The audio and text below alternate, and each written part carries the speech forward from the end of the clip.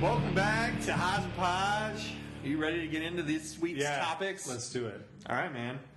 Well, let's start off with the NFL, and one of the big stories this week was the Dallas Cowboys and Big meltdown? the big meltdown in Arizona, right? I mean, I watched you that game, yeah. whew, that was brutal. So what do you think of Jason Garrett? Is he all right? I think he could be on thin ice here. I don't know if Jerry's. He's gonna have to come up with something in the playoffs. I mean, for them to. They have had a tough stretch this season, I would say. I mean, so 25 seconds to go, they get the ball down to the 30-yard line, and they had 2 timeouts, and they do a spike, and they wasted 18 seconds. Right. They still had 7 seconds on the clock. They didn't run the ball to try and get, a couple more yards. I mean, what were they going for, 50 yards there? I mean, yeah, it was. Yeah. I mean, don't you want to improve your chances a little bit? I guess so. And I guess the big thing was they called timeout right before they kicked it. Yeah, the ice that was a big topic this week was that they iced their own kicker. But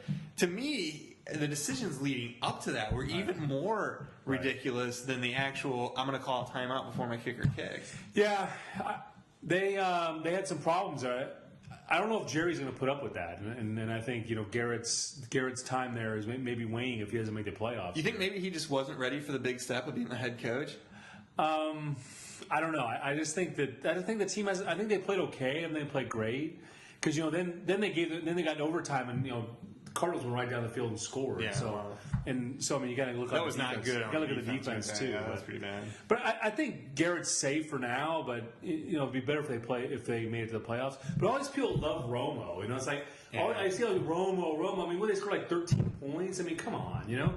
He's a great fantasy player. He puts up big numbers, but at the end of the day, I mean, there's a lot of times he doesn't really get it done. Yeah, I think that might be a whole other discussion we could get into. Okay. But anyway, I'll just kind of put that on the side. All right, so another topic in the NFL that we've probably shied away from for a while. I try not to talk about it too much, but I mean, everybody's talking about Tebow. He's 6-1 now. What do you make of his progress in the NFL? He started out. He was running the ball a lot, and I think they kind of craft the offense. But now, if you look at the defenses, they're dropping off. I mean, when you look at the San Diego game, week before last, Minnesota, they're all saying don't rush the passer. And now he's starting to throw the ball. He had some great throws against the Vikings. He had some great throws against San Diego. I think he's really progressing. He's winning, and it's a team effort. Yeah, they have a really good defense. I mean, you got to give him credit. He's 6-1. And I'm rooting for the guy. Every time I watch him, I get the NFL package, so I watch a lot of different. I'm rooting for the guy. I think at the end of the day, though, he becomes like a Cordell Stewart, if I was going to compare somebody, who had a success in the short term, but then everyone kind of figured him out. And it was like a good example is like the Wildcat. Wildcat worked for a while.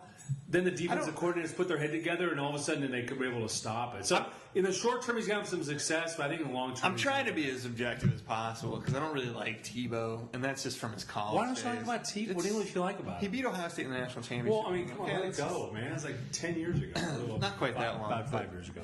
Anyway, I'm trying not to be too hard on him. I think that in the first few, he definitely is progressing. I want to say that he is getting better from a kind of pocket passer. Can I make the plays? Can I make the throws? But I don't want to go overboard on this. Like he's 6-1 because the teams they've played: Miami, Oakland, Kansas City, the Jets, San Diego.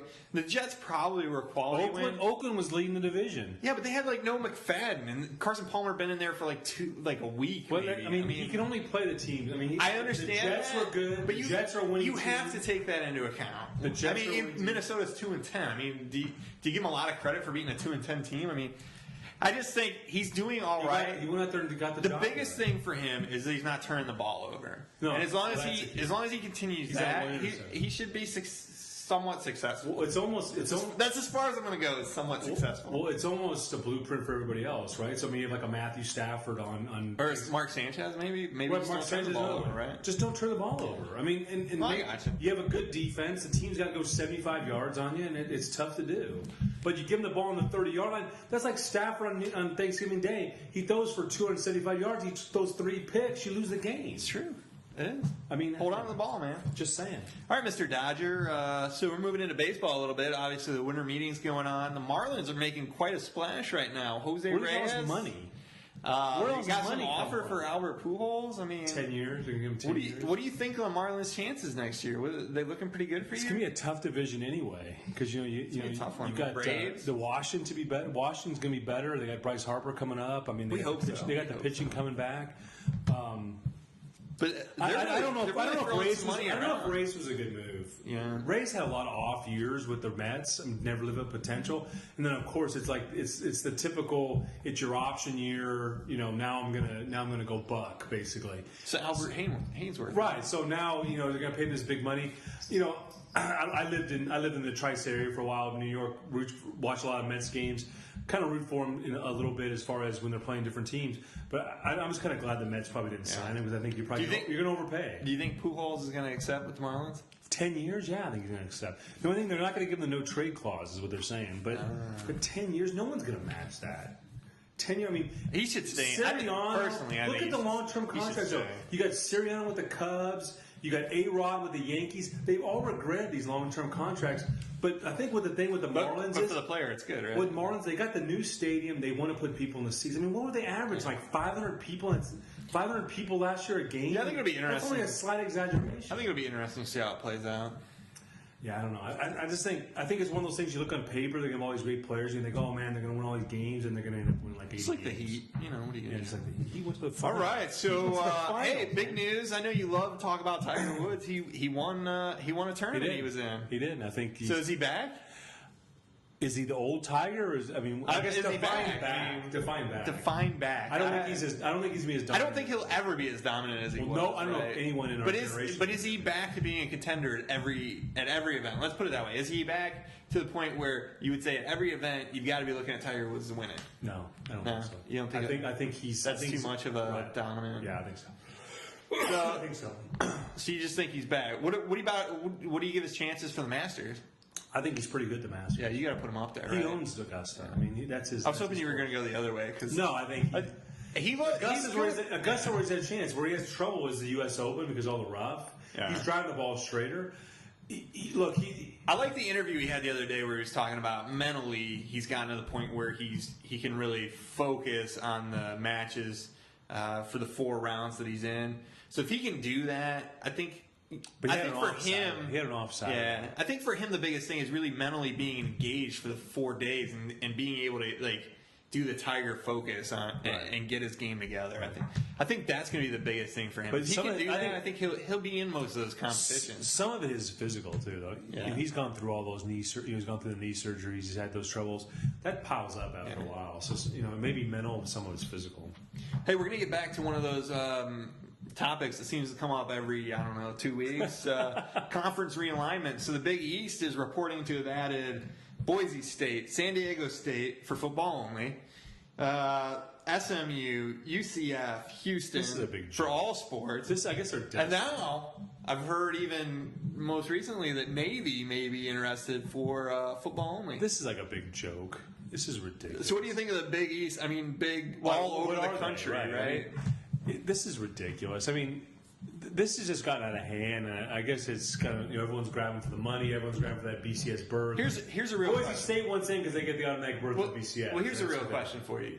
With the addition of these teams, do you consider the Big East should have a automatic BCS bid? No, but they probably will keep it. So my problem with this whole BCS thing is going to be, hey, it's quantity over quality. Right? I mean, why do we as America or people in general have to go, oh, well, you have this many teams, so you should be in. I mean, it's sad. I'm looking at these teams going, you have to change the name. I don't think you're really making them better. Aren't you have to change the name? I would hope they change it to We're Everywhere Conference. Conference USA. I guess you can't use that. Well, you can't use that. They only took 3 of those teams, right? So, college football, it's getting kind of ridiculous. And I love college football years. It's just getting ridiculous. I think it's going downhill. I think it's going to go downhill. Everyone's grabbing for the money. They're going to kill it. I think it's going to be bad. I really do. I think it's just not going to be as interesting anymore. Yeah, they get your playoff. It's kind of sad. They get the playoff you've been rooting for all these years. And I don't know about that. But all right. So last thing up, NBA is entering. Well, December 9th they should start the free agency, but there's talks now about trades. players going from different. What do you think about that? Are you excited to see what's going to happen now that the CBA is resolved? I just don't know if much changed. I mean, now you got Paul rumored to be traded to the Knicks. You got Paul and Dwight Howard now going to the LA Lakers, Clippers, maybe. So nothing's changed. It's like, we had the big lockout for all these months. And now it's going to be the same thing. All these guys want to get together. They want to play with their friends. They want to build the power teams. And if you're Cleveland, if you're Memphis, if you're... I thought that the lockout was going to help eradicate this whole, hey, I'm going to demand where I'm going. It doesn't seem like it did, right? It's a star-driven league. And I guess this drives to, I know you always talk about how they need to shrink the NBA and eliminate a couple teams because that would make it better. And maybe it would. Maybe you're right. I'd like to disagree with you on that a lot, but having seen how these players want to be in all these markets together, maybe they do need to shrink the league. Right. And that way the level of competition across the markets would go up. Right. I mean, you're going to get your Wizard tickets, right? No. Of course you're not. Why would you want to get Wizards tickets? There's no one on there. There's nothing there to see. I mean, you got John Wall. That's it. Well, I just can't root for John Wall because he went to Kentucky. Well, man, you just hold these. I hold these grudges. It's like these sports grudges. I know. If I don't like getting college, I don't like getting the pros, man. All right. Gotta deal with it. Well, that's it. That went quick. All right. That did seem quick, but I think we went long. So check us out next week. Check us out, HodgeandPodgeSports.com. Check us out on Facebook. All right. Thanks a lot.